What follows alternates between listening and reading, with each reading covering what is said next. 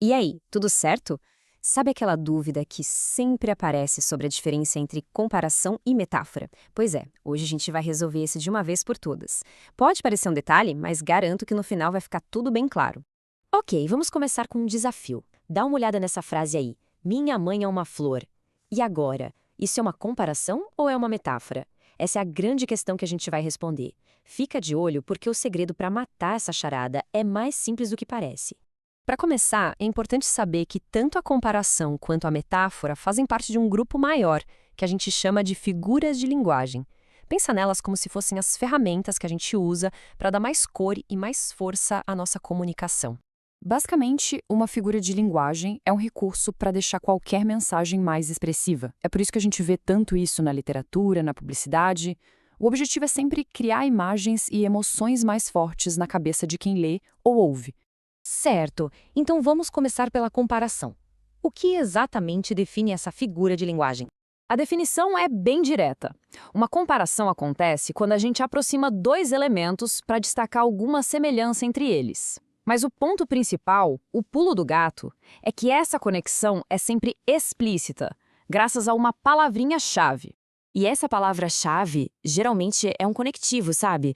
E o mais comum de todos, o campeão, é a palavra como. Se você bate o olho na frase e vê o como fazendo essa ponte, pronto, não tem erro. É uma comparação. Esse trecho de um poema é um exemplo perfeito. A característica de dispersas está sendo diretamente ligada ao ar, e a palavra como deixa essa conexão totalmente explícita. Sem a menor dúvida, é uma comparação. Agora, voltando para o nosso exemplo lá do início, se a frase fosse minha mãe é como uma flor, a presença do como já classificaria ela na hora como uma comparação. A gente está ligando mãe e flor de um jeito bem claro, bem explícito. Agora, vamos para o outro lado da moeda. Se a comparação é assim, tão explícita, o que acontece quando essa conexão fica mais sutil? Bom, é aí que a mágica da metáfora acontece. E aqui está a grande virada. A metáfora também é um tipo de comparação, só que ela é implícita. A semelhança entre as coisas é só sugerida, não é declarada com todas as letras com um conectivo.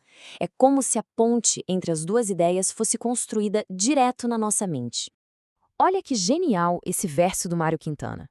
Ele não diz que o poema é como se fosse uma bola de cristal. Não, ele afirma que o poema é uma bola de cristal.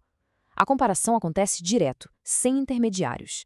Isso é a mais pura essência da metáfora. E com isso, a gente resolve o nosso mistério inicial. Ao dizer minha mãe é uma flor, o conectivo sumiu. A comparação virou uma afirmação direta, uma transferência de qualidades. E é justamente isso que define uma metáfora. Beleza, já vimos as duas separadamente, agora vamos colocar uma do lado da outra para essa diferença ficar cristalina. Então, qual é a regra de ouro para nunca mais confundir as duas? O segredo é realmente muito simples. Olhando assim, a diferença fica muito clara, né? De um lado, a comparação explícita, que usa o como.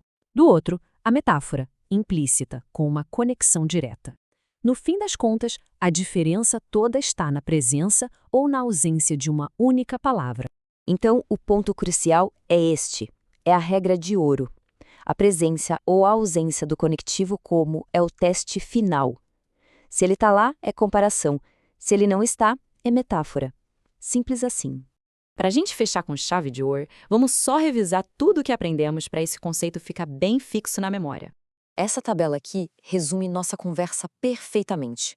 Comparação é explícita e tem o como. Metáfora é implícita e não tem conectivo. Guarde essa imagem mental. É a ferramenta definitiva para dominar esses dois conceitos. E para terminar, fica uma reflexão.